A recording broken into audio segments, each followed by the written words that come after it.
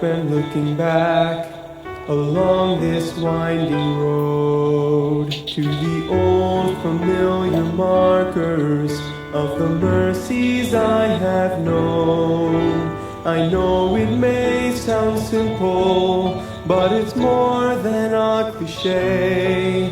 There's no better way to tell you than to say God's been good in my life.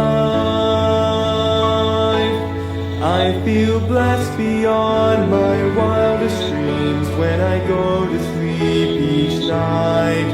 Though I've had my share of hard times, I wouldn't change them if I could, 'cause through it all, God's been good.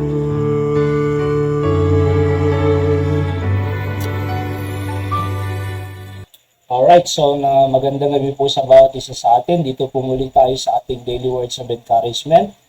At tuloy-tuloy ang ating pag-aaral po ng salita ng Diyos. Tayo po manalangin, dakilang Diyos, salamat po sa gabing ito. Pwede kayong mag-aaral ng inyong salita.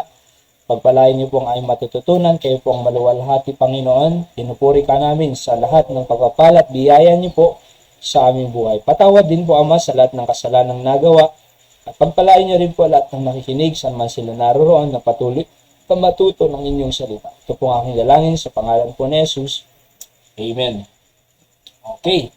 So dito na po tayo sa Luke chapter number 2, verses 8 hanggang 21. Ano ho? Chapter 2, verses 8 hanggang 21. Okay? So ganito po ang sabi ng Biblia. And there were in the same country shepherds abiding in the field, keeping watch over their flock by night. Actually po ang mga shepherds ang siyang unang nakakita sa ating Panginoong Jesucristo. Ho. At hindi po yung wise men, kundi po yung shepherd, mga kapatid. At sabi ng Biblia, itong mga shepherd abiding in the field, nagwa-watch ng kanilang mga tupa. Verse 9. And lo, the angel of the Lord came upon them, and the glory of the Lord shone round about them, and they were sore afraid. So nagpakita po ang anghel. At kaya po sila natakot Diba? And the angel said unto them, kayong matakot, fear not. For I bring you good tidings of great joy. Yan po ang pamagat natin. Which shall be to all people. So natakot sila Pero sabi ng angel sa kanila, huwag kayong matakot kasi hindi mensahe ng kakatakutan ang aming daladala. Kundi ang aming mensahe ay tidings of great joy. Yan ang dinadala namin sa inyo, sabi ng mga angel. Ano yung joy, tidings of great joy na yan? For unto you is born this day in the city of David a Savior, which is Christ the Lord. May naisilang. Di ba yan po ang sineselebrate natin ngayong Christmas season? Yung pagkasilang ng ating Panginoong Jesucristo. Kaya nga po dapat, ang pagkasilang ng ating Panginoon ay nagdudulot po ng great joy. Yung po dapat ang ma-realize natin ngayong Kapaskuhan na kahit wala kang handang marami, meron ka pa rin kasiyahan. Bakit? Meron ang nakilalang tagapagligtas Sino? Si Jesus Christ. Di ba? So, dapat meron ang tidings, meron kang great joy. Ligtas ka, sa langit ka pupunta Hindi kahit walang handa or kokonti ang handa, dapat meron kang great joy. Di ba? Wala man tayong matanggap na gift. Pero meron ka pa rin great joy. Dapat. Bakit? Hindi yun Ang pinakaregalo natin ay yung buhay na walang hanggan na ibinigay ng Panginoon sa lahat ng sumasampalataya sa Kanya. Di ba? Yan po ang pinaka-message ng Pasko. Alam niyo po, ang mga tao ay dumadaan po ang Christmas season pero hindi nila alam ang tunay na significance or essence ng Christmas. Tuwing linggo, yan po ang ine-emphasize ko Oo, tulad ng linggo, na significance of Christmas. Ganun din po ng isang linggo, di ba? Tuloy po na natin.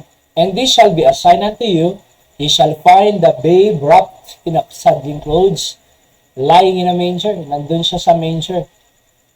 Okay? And suddenly there was with the angel a multitude of heavenly hosts praising God and saying, Lord to God in the highest, and on earth peace, goodwill toward men. Yan yung Kumbaga chanting, yun yung sinisigaw ng mga angel. Glory to God in the highest. Alahin mo yan, no? Kung gaano kasaya yan. Glory to God in the highest. Talagang itinataas nila, inaangat nila ang ating Panginoon. And on earth, peace, sabi ng Biblia, and on earth, peace. May kapayapaan. Tandaan niyo po na ang pagkasilang ng ating Panginoong Jesucristo ay nagdudulot po yan, no? Ng kapayapaan sa lahat ng sumampalataya at tumanggap sa ating Panginoon. And goodwill toward men. Oo, goodwill toward men. Yun po dapat ang mangyari sa ating ngayong Kapaskuhan. Ang peace po wala sa pera, wala sa trabaho, wala sa material na bagay, wala po sa sasakyan yan, wala sa posisyon yan. Nasa Panginoong Jesucristo lamang po yan. Ano ho? Kasi kahit po meron sila lahat ng material na bagay sa lubitan ito, pero kung sila ay hindi pa nakakakilala sa ating Panginoon na siyang tagapagligtas, wala pa silang buhay na walang hanggan, sila pa rin ay pupunta sa impyerno. Kaya nga po, salamat sa Panginoon na siyang nagdulot ng peace. Hindi ba tayo masaya na meron tayong peace sa ating puso ngayon? Di ba? Na anytime mamatay man tayo, sa langit tayo pupunta. Bakit? Alam natin na meron tayong tinanggap na Kristo na nagbigay ng buhay na walang hanggan.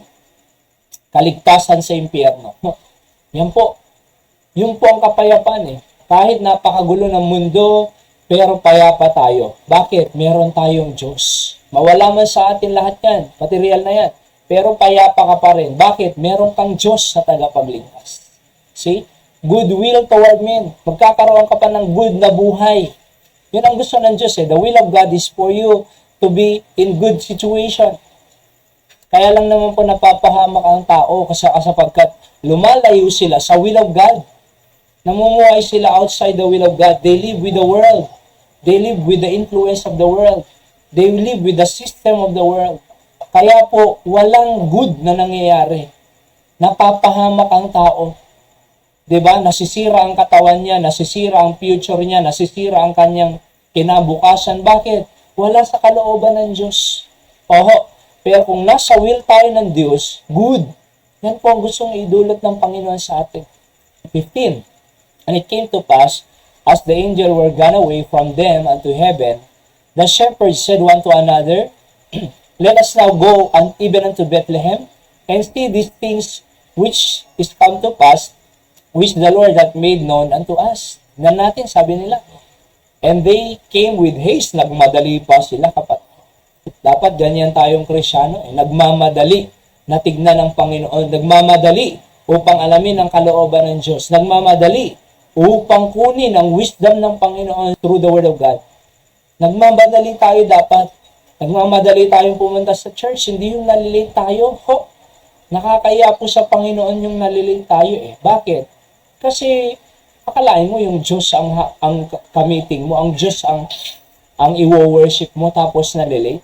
Hindi dapat meron tayong excitement. Katulad ng mga shepherd na ito, they came with haste and found Mary. Yun ang pinakamaganda. Natagpuan po nila.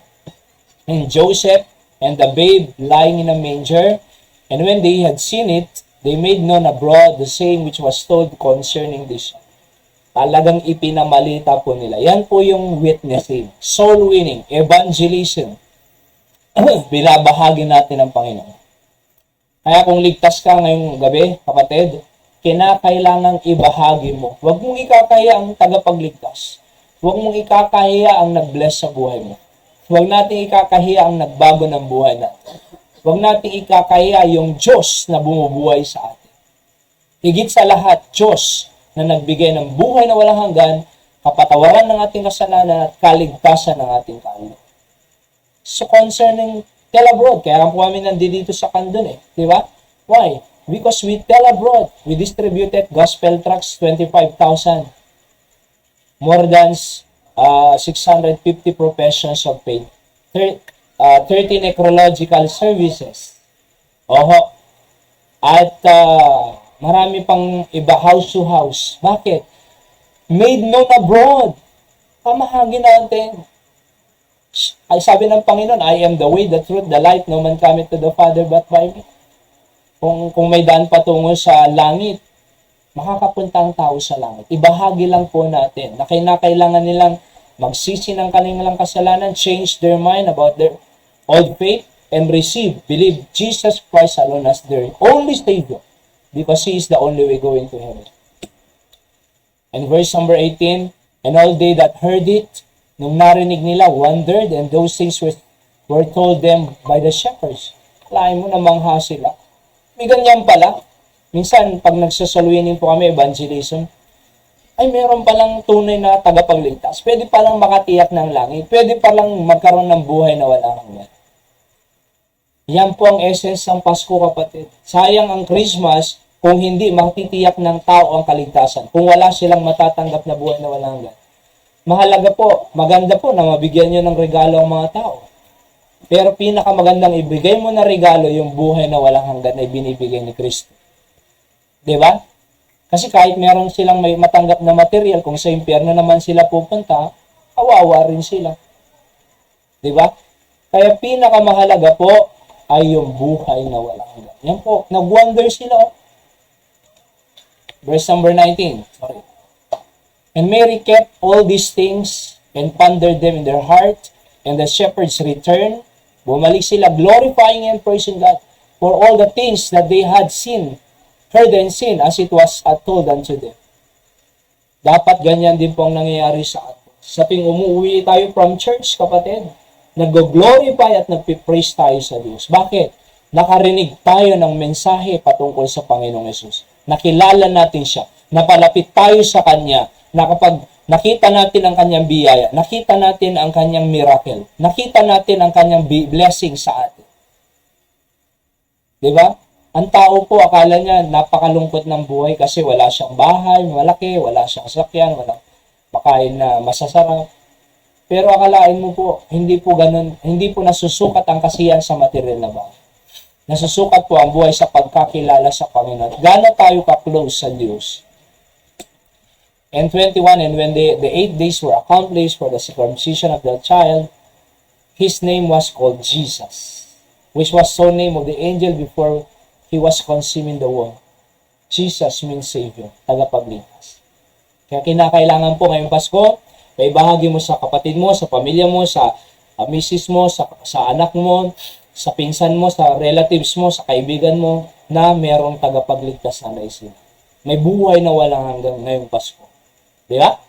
Ibigay po natin yan. Alright? Kung anong tinanggap natin na walang bayad, ibahagi natin walang bayad. Yung iba, nagpapabayad eh. Pero hindi. Sumusunod lang po tayo sa salita ng Diyos. Okay? Tayo manalangin, dakilang Diyos, salamat sa inyong salita. I-bless niyo po lahat ng nakikinig, saan man po sila naroroon. Thank you po sa mensahe nyo. Pinupuri ka namin. Salamat sa kaligtasan, kapatawaran, buhay na walang hanggan, katiyakan ng langit, at patuloy na biyaya sa amin sa araw-araw. Ito po ang aking dalangin sa pangalan po ng Panginoon Jesus. Amen. God bless you po sa lahat na nakikinig. Diyan sa Kuya Hans, yan sa Bulacan, magandang gabi sa inyo. Pagpalain kayo ng ating Panginoon. Kita-kita po tayo sa bagong taon.